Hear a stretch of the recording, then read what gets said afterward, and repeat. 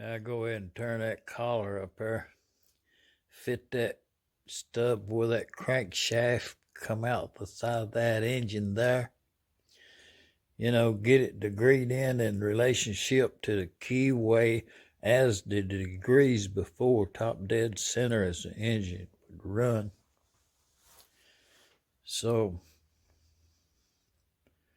I'm just saying, get that built. Oh yeah, it's going to be a magneto, low tension magneto I8C type L, 3 horsepower. This fixture here is the 3 horsepower only. So to that end, it's what the workbench looks like now. Just saying. Yeah, we'll go ahead and hook that there low tension coil up to that igniter. See if it sparks. Probably should do that. Move on.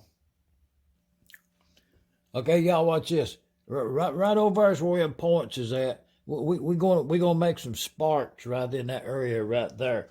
That's what you focus on. And I'm going to go through some stuff back here by turning the cam pinion crankshaft assembly to copy the motion that would be on the engine itself. And all I'm using is a low tension coil and a battery, and all I'm going to hook it up in to series. So, you know, let's just hook it right there and be done with it. That's not a good one. We'll try it. And then the other one's on the fixed electrode. So, observing, well, I could cut down, trim. I'll trim a couple of lights.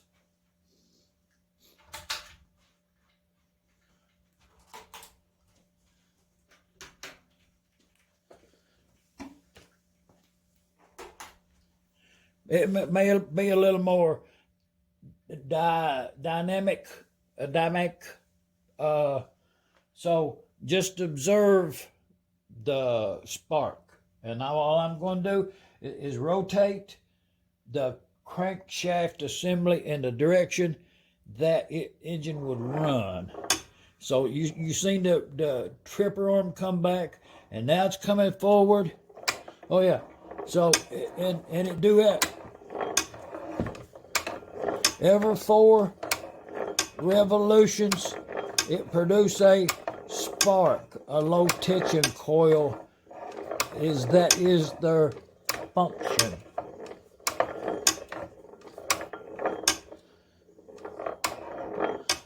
So yeah, there's that. Now, I'm going to remove the coil system from it and put a magneto in the same circuit with the wire coming from the magneto and turn the crankshaft. We will observe the spark that's produced therefrom.